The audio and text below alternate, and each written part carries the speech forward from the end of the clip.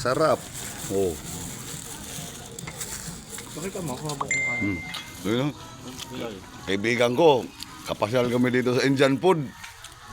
Ito kapatid ko, nanlibre kapatid ko. Hindi kasi.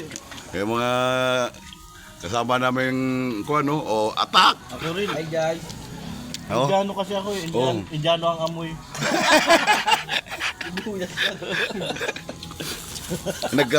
Nagka-Indiano na yung amoy.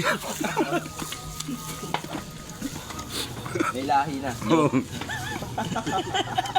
Lahi ni amoy ko tayo. Indiano ang amoy. Hindi Indiano yung mukha ah. Indian na yung amoy. Hindi ka talaga pare. Viral yan. Ayan yung kaibigan kong kuwan talaga Indiano. Kaya lang amoy nga lang yung Indiano. Iba yung anghang kumakapit sa kuwan na. Masarap. Kumakapit sa hindi mo malaman saan napunta yung anghang. Parang lumalabas sa pisngi. Yan to pala to kainin. Yung mga ano nyo. Ay, mga sauce oh. Wow. Mukhang hindi to iba yung anghang. Wasabi sauce. Tapos yung masala. Mayonnaise.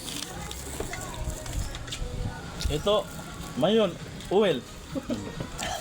Edible oil. Pre, kain pa.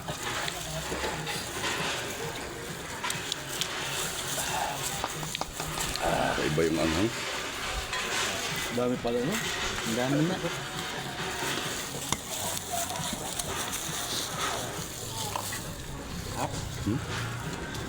Lalo siya binabalik. Laglag yung sipon ko sa anghang ah.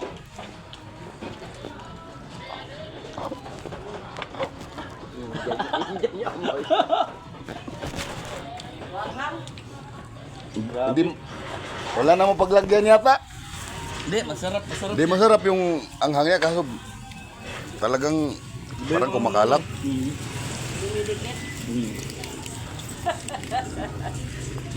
Parang kumakalat sana. Iba yung sili nila niyan. Ano?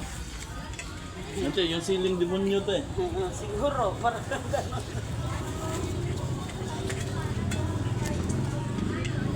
Grabe ang hangsasawan. Wala itong Wasabi. kulay green. Wasabi. Yung Mountain Dew kulay green, hindi man manghang, matamis.